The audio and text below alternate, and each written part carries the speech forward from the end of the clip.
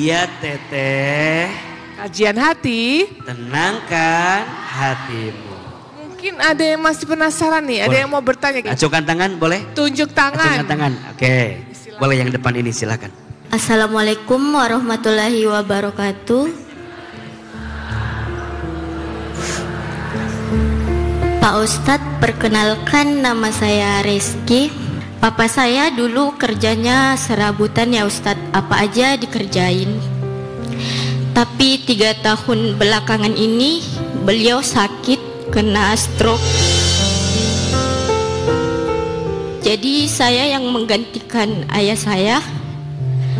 Saya yang membiayai 3 orang adik saya membiayai kebutuhan rumah, sambil saya kuliah Ustadz. Dulunya saya punya pasangan, kita pacaran 3 tahun.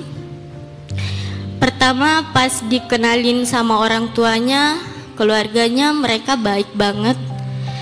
Tapi saat ibunya tahu kalau saya dari keluarga yang kurang mampu ya Ustadz, sedangkan dia dari keluarga yang cukup ada, saya dikatain gak pantas sama anak saya.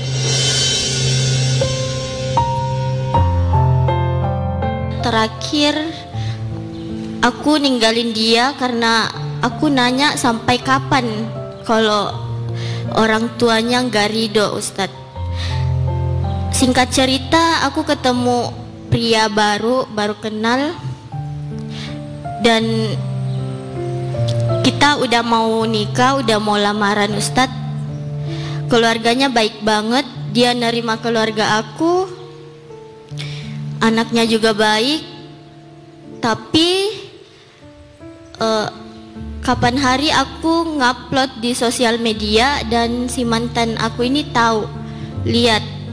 Lalu dia meneror saya, meneror keluarga calon suami saya.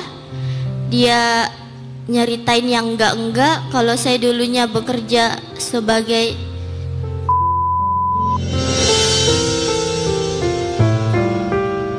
dari kejadian itu keluarga calon saya malu, shock, kita enggak jadi. Setelah semua itu beberapa minggu lalu dia meminta maaf kepada keluarga calon saya kemarin. Tapi udah telat ya Ustadz. Dia udah mau lamaran sama cewek lain. Yang ingin saya tanyakan Ustadz, dalam Islam apakah kasta itu harus seimbang? Lalu dengan keadaan seperti ini saya harus gimana Ustadz? Saya selalu berdoa Ustadz biar bisa sama dia. Soalnya mama dia baik banget. Semenjak kenal sama dia, saya jadi lebih dekat lagi sama Tuhan. Dia sudah menikah atau baru akan menikah? Baru mau lamaran katanya Ustadz. Oke, ada yang mau disampaikan kepada yang kedua ini? Maaf kalau kemarin kamu lebih percaya sama dia, tapi kalau kita emang gak jodoh gak apa-apa, aku ikhlas. Bunda, ada 2 hal yang ingin coba Ahilman sampaikan. 1, apakah menikah itu harus dengan orang yang satu kasta dengan kita atau tidak? Jawabannya tidak. Mungkin bahasa dalam agama namanya sekufu. Tapi sekufu itu bukan tentang kasta kaya dan miskin. Sekufu itu bukan tentang punya pangkat jabatan dan tidak punya pangkat jabatan. Bukan. Sekufu itu dalam artian orang yang bisa mengimbangi kehidupan kita. Maka dalam hadis disebutkan dinikahi seseorang karena 4 hal.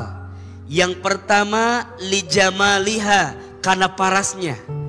Maksud paras di sini bukan tentang ganteng dan cantiknya, tapi tentang orang yang kalau kita lihat menyenangkan hati kita.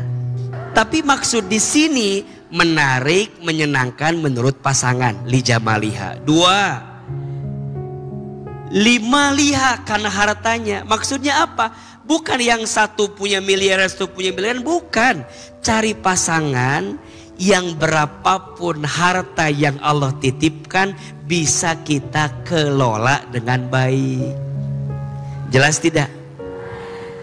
Karena mohon maaf ya, sekarang kita cari calon sudah kaya duluan, usia 20 tahun.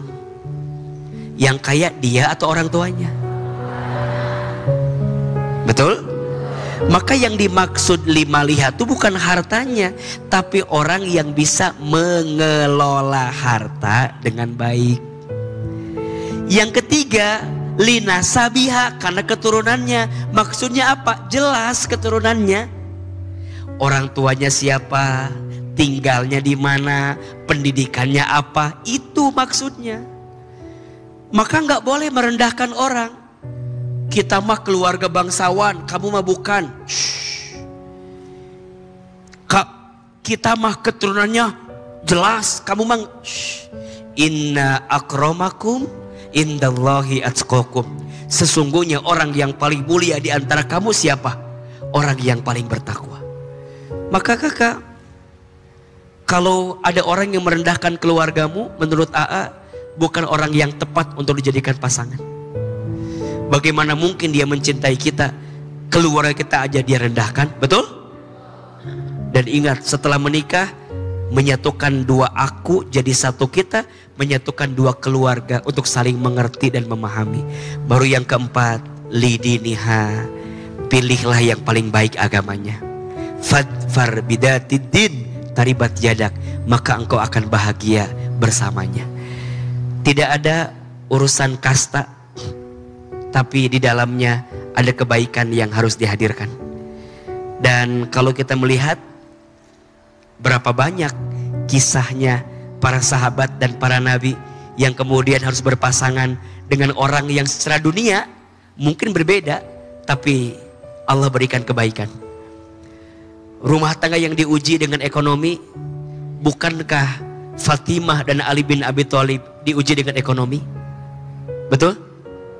Mohon maaf, bukankah baginda Nabi pernah menikahi seorang perempuan, yang perempuan itu mohon maaf awalnya adalah seorang perempuan yang sulit keadaannya, kemudian Nabi angkat derajatnya? Betul? Bukankah Nabi menikah dengan Khadijah? Khadijah adalah seorang mohon maaf perempuan yang sudah sangat matang, dengan harta yang begitu banyak, kaya luar biasa. Nabi usia 25 tahun, pemuda, betul? Menikah dengan Khadijah 40 tahun. Coba, secara logika mungkin gak sampai, tapi kalau Allah mau, kalau Allah izinkan, kalau Allah takdirkan, maka semuanya dimudahkan. Jodoh itu di tangan Allah. Maka libatkan Allah kakak dalam mencarinya, dalam menjemputnya. Kalau dia jodoh kita, pasti Allah mudahkan. Kalau dia bukan jodoh kita, pasti Allah akan berikan jalan. Seperti apa kita menemukan kebaikannya. Dan bagaimana jika menikah tanpa restu orang tua? Jawabannya tentu tidak baik dan tidak boleh. Apalagi kalau anak perempuan. Anak perempuan itu ada walinya. Walinya harus ada dan harus mengizinkan, bahkan menghadirkan kebaikan. Anak laki-laki, apalagi dia akan bertanggung jawab, maka jangan sampai dia menikah tanpa restu orang tuanya. Tapi kan boleh, boleh jadi boleh, tapi hilang berkahnya, hilang ridhonya, hilang kebaikannya. Bukankah ridho Allah tergantung ridhonya orang tua? Maka jangan sampai kita melangkah tapi tidak mengindahkan kebaikan kita atas ridhonya orang tua kita. Kakak gak usah khawatir. Kalau dia jodoh pasti akan deket lagi sama kita. Kalau dia bukan jodoh pasti dia akan menjauh dari kita.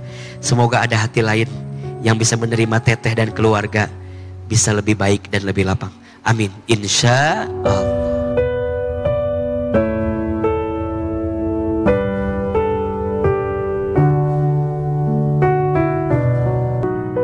Bunda, kematian itu kepastian. Kematian itu adalah sesuatu yang pasti akan kita temui dalam kehidupan. Siapa orang yang paling cerdas adalah orang yang paling banyak ingat mati.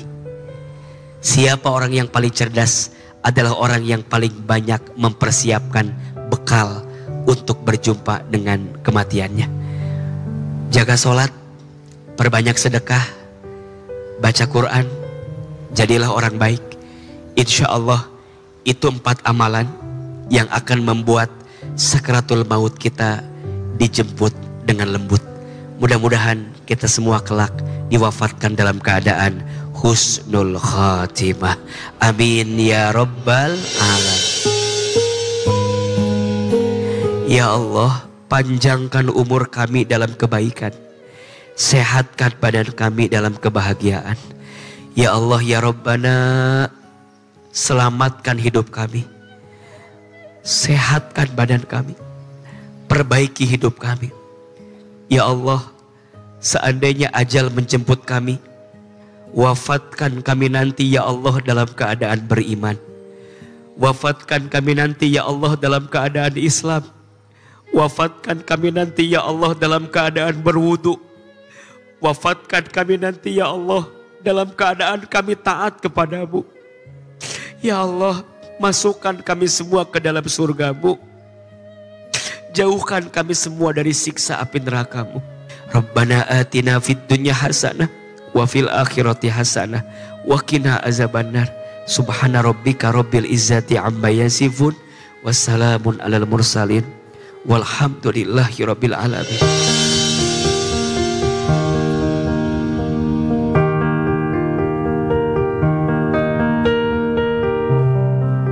Setiap yang bernyawa akan merasakan mati dan hanya pada hari kiamat sajalah diberikan dengan sempurna balasanmu.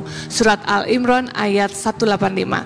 Terima kasih, saya undur diri. Saya Paula Verhoeven. Sampai ketemu di episode Kajian Hati selanjutnya. Wassalamualaikum warahmatullahi wabarakatuh. Waalaikumsalam warahmatullahi wabarakatuh.